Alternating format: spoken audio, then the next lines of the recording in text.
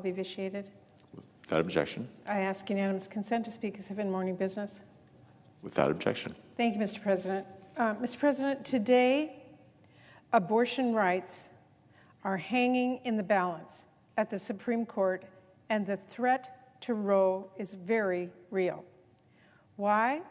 Because for decades, extreme Republicans have attacked abortion rights from every angle, and they are continuing their nonstop efforts to build a country where patients are forced to remain pregnant and carry their pregnancies to term against their will.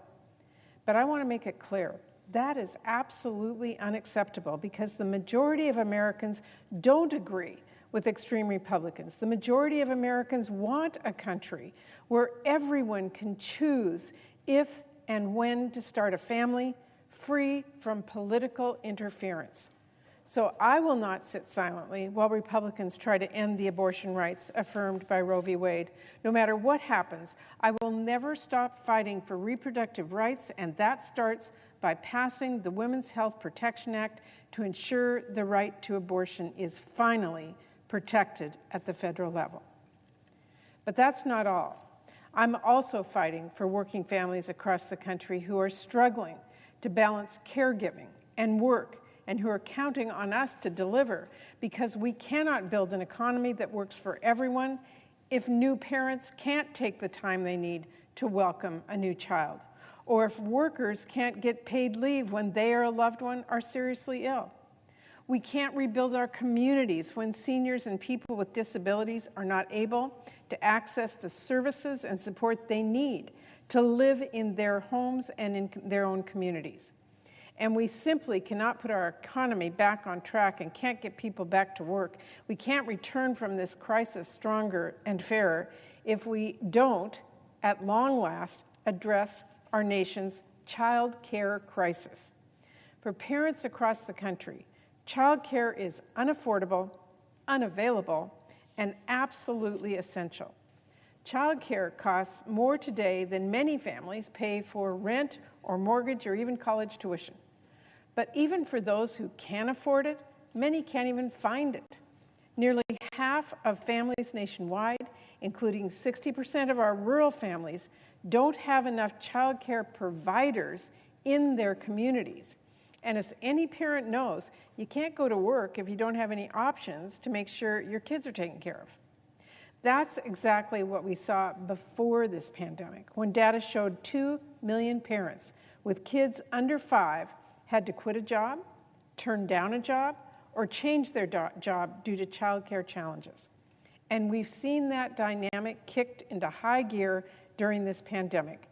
And as is too often the case, Black women, Latinas, women who are paid low incomes, and single mothers have been the most affected. And while the pandemic's underscored how essential childcare is for families, it also made childcare harder to get by forcing many providers to close their doors. 20,000 childcare providers closed during this pandemic. And the childcare workers hurt by those closures were mostly women, and in particular, women of color. And even as childcare providers try to reopen their doors now, childcare workers are struggling to make ends meet. The result of all this is clear in headlines across the country. Watch King 5 in my home state of Washington. Closures in Washington's childcare industry could hinder economic recovery, unquote. Read the Yakima Herald, quote, 13% of childcare providers in Washington state have closed because of the pandemic, unquote. Take a look at My Northwest. Quote, Washington's childcare crisis poised to get even bleaker post-pandemic. And across the country, it's the same story in paper after paper. Next, Pittsburgh, quote, staffing crisis at Pennsylvania childcare centers is disrupting families and slowing economic recovery. The Jamestown Sun, quote, childcare shortage at root of workforce issues in North Dakota. Business Insider, quote, childcare deserts are a secret driver of the labor shortage, and half of Americans live in one. I could go on, but the takeaway should be pretty clear. Addressing the child care crisis is a necessity, not just for families, but for everyone. We have employers who can't find workers. We have parents who can't go back to work without quality, affordable childcare. We have childcare providers who are struggling to stay open, and childcare workers who are struggling to make ends meet. Fixing this is make or break for our economy. That's why Build Back Better includes historic investments to lower families' childcare costs, to help states invest in opening new childcare providers, raising wages for early childhood workforce, and adding more childcare openings. Under Build Back Better, working families in the country will see their childcare costs capped at 7% of their income, starting with those who need it the most. So what does that mean?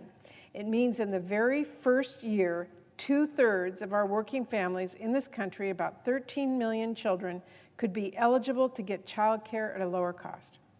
It means by the fourth year, 9 in 10 working families could be eligible to send their child to a provider they choose and see their childcare costs cut by thousands of dollars each year. For a single mother with three children in my home state of Washington making $53,000, it would mean paying nothing for childcare. For our country, it would mean we have a stronger, fairer economy that works for working people with higher wages and better jobs and less stress for working parents, especially moms who've been doing so much throughout this pandemic and before. And importantly, all this will be fully paid for by making sure the wealthiest and those at the very top finally pay their fair share. Every Republican who has said that they are worried about the workforce crisis, worried about the challenge of rebuilding our economy, worried about how families are struggling to get by, should be clamoring to get this done. It's telling about their priorities that instead they are now smearing it with false bad faith attacks, pretending it's somehow not paid for. Not true. Pretending it won't cover certain child care providers. Not true. Mr. President, I've heard from so many parents in my state about how important child care is. I've heard from small businesses about how important this is. And I know my colleagues across the country have heard it too. So we are going to show families we are listening. We're going to show families that we care. Democrats are going to pass Build Back Better and get this done. Thank you, Mr. President. I yield the floor, and I suggest the absence of a quorum. Clerk will call the roll.